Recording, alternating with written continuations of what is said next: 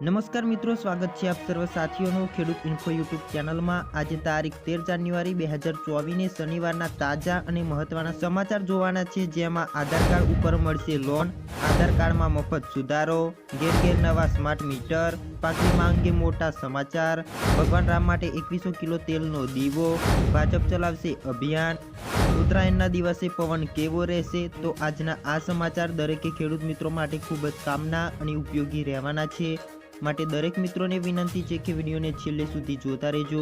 અને જે પણ મિત્રો અમારી ચેનલમાં નવા હોય તે મિત્રોને ખાસ વિનંતી છે કે ખેડૂત ઇન્ફો યુટ્યુબ ચેનલને સબસ્ક્રાઇબ કરી લેજો, જેથી લઈને તમને કામના અને ઉપયોગી સમાચાર મળતા રહે। તો મિત્રો, સૌપ્રથમ સમાચારની વાત કરીએ તો આધાર કાર્ડ ઉપર મળશે લોન।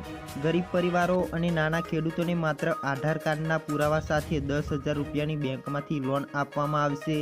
પીએમ સ્વનિધિ યોજના હેઠળ પોતાના વ્યવસાયના ઉપયોગ માટે પહેલા વર્ષે 10,000 અને બીજા વર્ષે 20,000 સુધીની લોન સરકારી બેંકમાંથી આપવામાં આવશે। જ્યારે મિત્રો, આ યોજનાનો મુખ્ય હેતુ નાના પરિવારોને આર્થિક રીતે મદદ કરી તેમને પગ પર કરવાનો છે।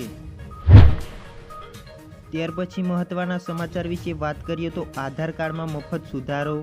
જો તમારું આધાર કાર્ડ 10 વર્ષ જૂનું છે તો તમે તેને અપડેટ કરાવવા માંગો છો તો સરકારે 14 માર્ચ 2024 સુધી આધારને મફત અપડેટ કરાવવાની સુવિધા આપી છે। માય આધાર પોર્ટલ ઉપર આધારને મફત અપડેટ કરાવી શકો છો। આ સિવાય તમે CSC સેન્ટર પર જઈને મફતમાં આધાર કાર્ડ અપડેટ કરાવી શકો છો। તો જે પણ મિત્રોને આધાર કાર્ડમાં ભૂલ હોય તેને સુધારવા માંગતા હોય તો તે 14 માર્ચ 2024 સુધી અપડેટ કરાવી શકશે। ત્યાર પછી તમારે આધાર કાર્ડમાં કોઈ સુધારો કરવો હોય તો તમારે ફી ચૂકવવી પડશે। ત્યાર પછી મહત્વના સમાચાર જોઈએ તો ઘેર નવા સ્માર્ટ મીટર। વીજળી ક્ષેત્ર ફેરફારોના સંદર્ભમાં કેન્દ્રીય વીજ મંત્રાલયે આદેશ આપ્યા છે। ગુજરાત સહિત તમામ રાજ્યોને માર્ચ 2025 સુધીમાં ક્રમશઃ વીજ ગ્રાહકોના પ્રવર્તમાન મીટરો બદલી તેના સ્થાને નવા મીટર લગાવવામાં આવશે।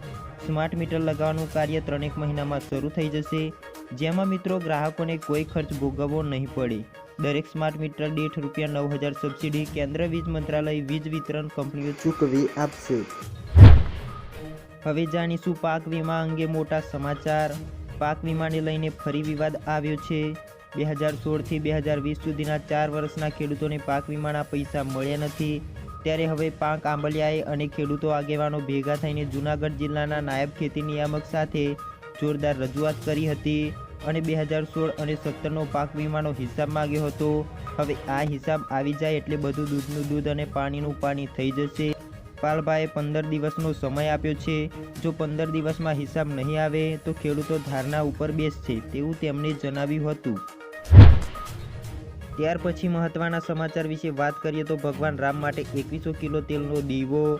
અયોધ્યા સ્થિત રામ મંદિરે ભગવાન રામની પ્રાણ પ્રતિષ્ઠાના હવે ગણતરીના દિવસો બાકી છે, ત્યારે મિત્રો રામ મંદિરે વિશ્વનો સૌથી મોટો દીવો પ્રગટાવવામાં આવશે। કોલકાતામાં આધુનિક મશીનનો ઉપયોગ કરીને આ દીવો તૈયાર કરવામાં આવી રહ્યો છે।